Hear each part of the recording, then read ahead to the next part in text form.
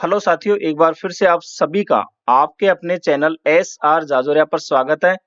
हम डिस्कस कर रहे हैं ट्रांसफॉर्मेशन ऑफ सेंटेंसेज, जिसमें आज का हमारा टॉपिक है सिंपल, कंपाउंड और कॉम्प्लेक्स। इन सेंटेंस को कैसे हम एक दूसरे में ट्रांसफॉर्मेशन करेंगे।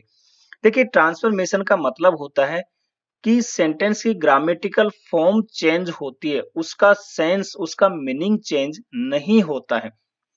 बहुत ही सिंपल कॉन्सेप्ट है, आप इसे समझने का प्रयास करें। एग्जाम में मात्र आप क्वेश्चन देखते ही इसका आंसर टिक कर दोगे। तो सबसे पहले हम देख लें कि सिंपल, कंपाउंड और कॉम्प्लेक्स सेंटेंस आखिर ये होते क्या है, किस बला का नाम है। तो सिंपल सेंटेंस क्या है? जिसमें एक सब्जेक्ट हो और एक फाइनाइट वर्ब हो। जैसे ही बॉट ए लैपटॉप, यानी उसने एक लैपटॉप खरीदा। ही यहाँ सब्जेक्ट है, बॉट एक वर्ब है जो इस सब्जेक्ट की वर्ब है, इसे हम फाइनाइट वर्ब कहते हैं। क्लियर है? और यह एक पूरा मीनिंग दे रहा है, यानी ही बॉट ए लैपटॉप, उसने एक लैपटॉप खरीदा। अपने आप में पूर्ण सेंटेंस है, यानी पूरा मीनिंग दे रहा है। तो जिसमें एक सब्जेक्ट और एक फाइनाइट वर्ब हो और जो अपना पूरा मीनिंग दे, यानी पूर्ण अर्थ दे, और किसी दूसरे क्लॉज पर या सेंटेंस पर डिपेंड ना हो, तो उसे हम प्रिंसिपल क्लॉज, मेन क्लॉज या इंडिपेंडेंट क्लॉज कहते हैं, जो अपना पूर्ण अर्थ देती है। तो वही क्या है? सिंपल सेंटेंस कहलाता है। दूसरा क्या है? Compound sentence. देखिए, जिसमें दो या दो से अधिक प्रिंसिपल क्लॉज या जिसे हम कहें इंडिपेंडेंट क्लॉज हो। तो कम से कम दो प्रिंसिपल क्लॉज होनी चाहिए कंपाउंड सेंटेंस के लिए।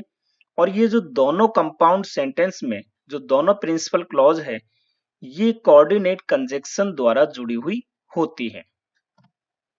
और ये दोनों प्रिंसिपल क्लॉज एक दूसरे पे डिपेंड नहीं होती, यानी ये भी इंडिपेंडेंट होती है, अपना पूर्ण अर्थ देती है अलग अलग। जैसे सी इज इल, वह बीमार है। सी इज एब्सेंट, वह अनुपस्थित है। तो देखिए, ये भी एक पूर्ण सेंस दे रहा है, ये भी एक पूर्ण सेंस दे रहा है, लेकिन इनको जोड़ा गया है किससे? एक बीच में कंजक्शन है, सो, जो कि एक कोऑर्डिनेट कंजक्शन है। तो कोऑर्डिनेट कंजक्शन से जुड़े होने के कारण हम इसे कोऑर्डिनेट क्लॉज भी कह सकते हैं। हालांकि है दोनों ही ये प्रिंसिपल क्लॉज। क्यों? क्योंकि इंडिपेंडेंट है और अपना पूर्ण अर्थ दे रही है, यानी किसी दूसरे पे डिपेंड नहीं है, इसलिए। अब नेक्स्ट आ जाइए, कॉम्प्लेक्स सेंटेंस क्या होते हैं। देखिए, जिसमें एक प्रिंसिपल क्लॉज और कम से कम एक सबऑर्डिनेट क्लॉज हो। तो प्रिंसिपल क्लॉज तो एक होगी, लेकिन सबऑर्डिनेट क्लॉज एक या एक से अधिक भी हो सकती है। जैसे as she was ill, she was absent. अब आप इसे देखिए, एज सी वाज इल, क्योंकि वह बीमार थी। अब ये एक पूर्ण अर्थ दे रहा है क्या? नहीं, ये इसके ऊपर डिपेंड है। सी वाज एब्सेंट, क्योंकि वह बीमार थी इसलिए अनुपस्थित थी। तो इसको अपना पूरा सेंस देने के लिए इसके ऊपर डिपेंड हुई। तो ये तो हो गया इंडिपेंडेंट, और ये क्या है? जिस डिपेंडेंट हो गया, जिसे हम सबऑर्डिनेट क्लॉज कहते हैं। और सबऑर्डिनेट क्लॉज हमेशा किसी सबऑर्डिनेट कंजक्शन से शुरू होगा। अब ये सबऑर्डिनेट कंजक्शन और ये कोऑर्डिनेट कंजक्शन क्या है, इनके बारे में आपको अभी बताऊंगा। यहां तक आपको क्लियर हो जाना चाहिए। इस टॉपिक पर मैंने डिटेल में एक वीडियो भी बना रखा है, इससे पहले अपलोड किया था। यदि आपको यहाँ किसी प्रकार की दिक्कत है तो आप उस वीडियो को भी देख सकते हैं। यहाँ पे आपको उसका लिंक मिल जाएगा, आई बटन पर क्लिक करके आप देख सकते हैं। अब ये देखिए, आप सबऑर्डिनेट कंजक्शन ये है जिनके द्वारा हम कंपाउंड सेंटेंस बनाते हैं, और कोऑर्डिनेट कंजक्शन ये है जिनके द्वारा हम कॉम्प्लेक्स सेंटेंस बनाते हैं।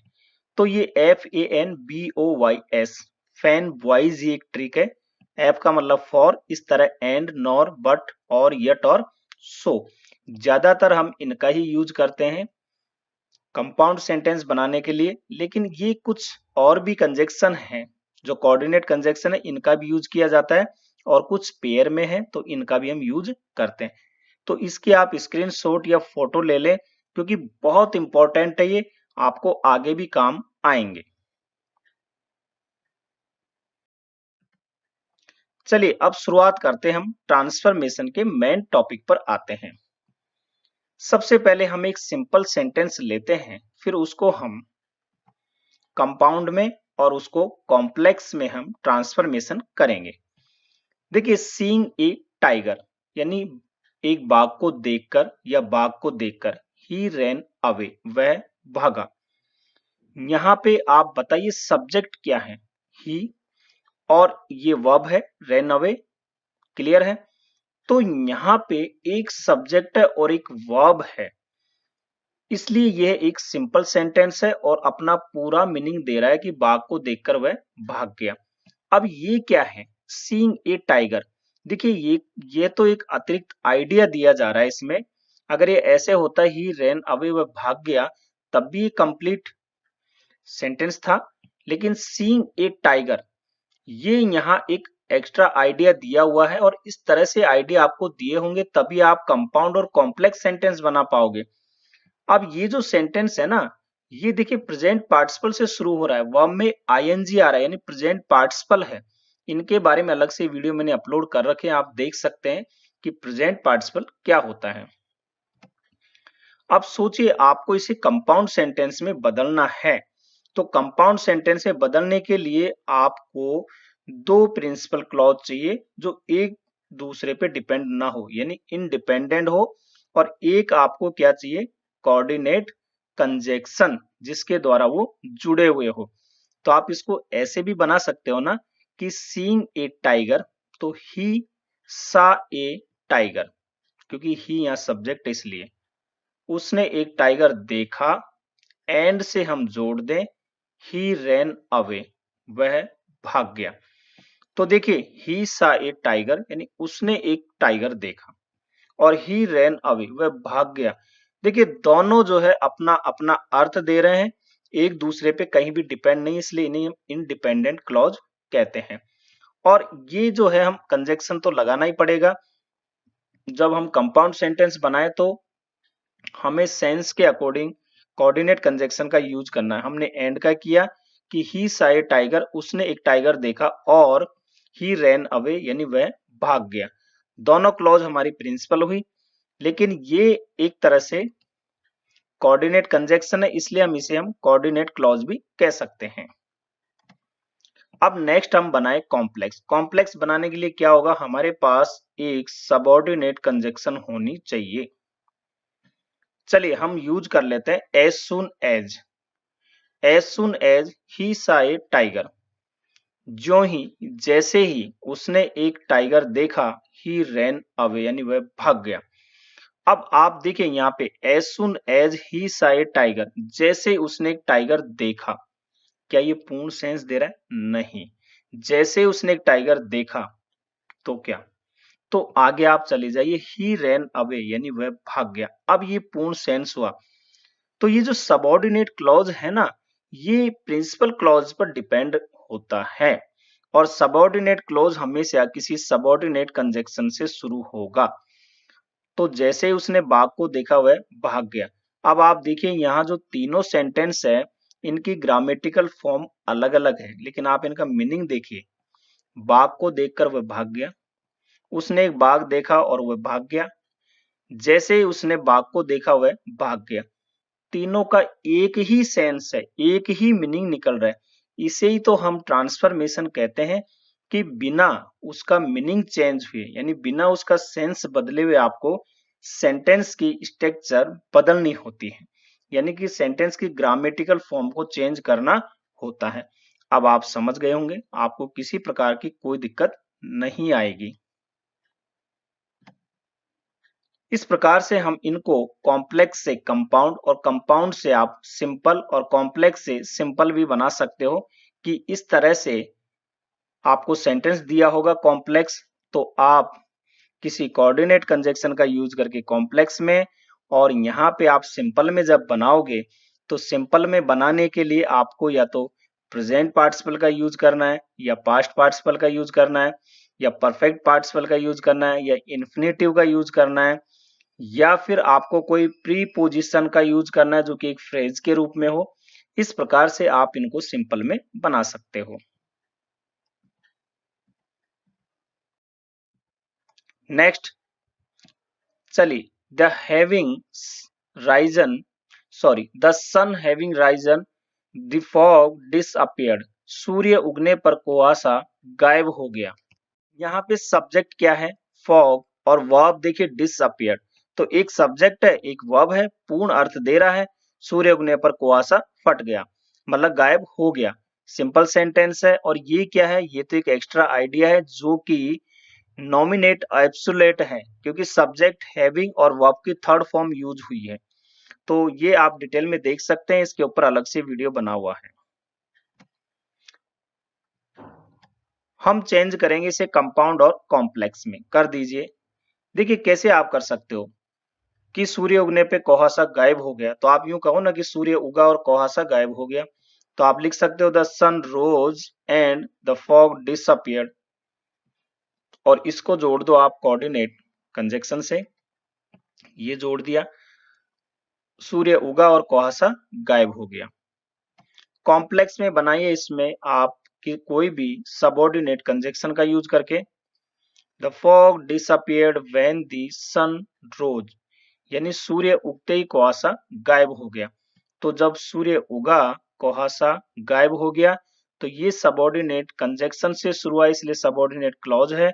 और अपने मीनिंग के लिए जब सूर्य उदय हुआ, तो क्या आगे आपको इसका सहारा लेना पड़ेगा कि फॉग डिसअपियर हो गया। क्लियर है?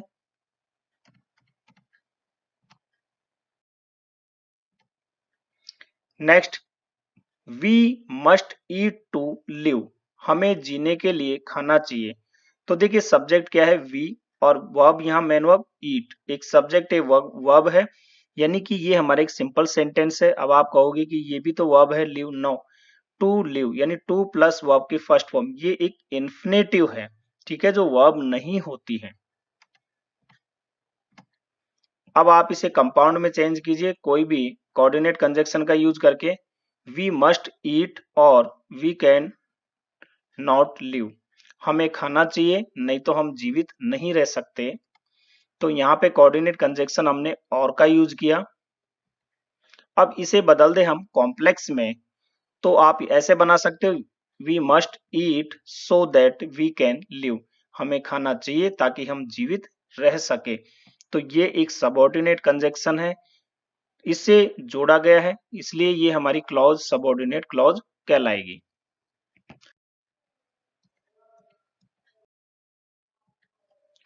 नेक्स्ट एक और ले, in spite of his illness Ravi attended the meeting, उसकी बीमारी के बावजूद भी रवि मीटिंग में उपस्थित हुआ।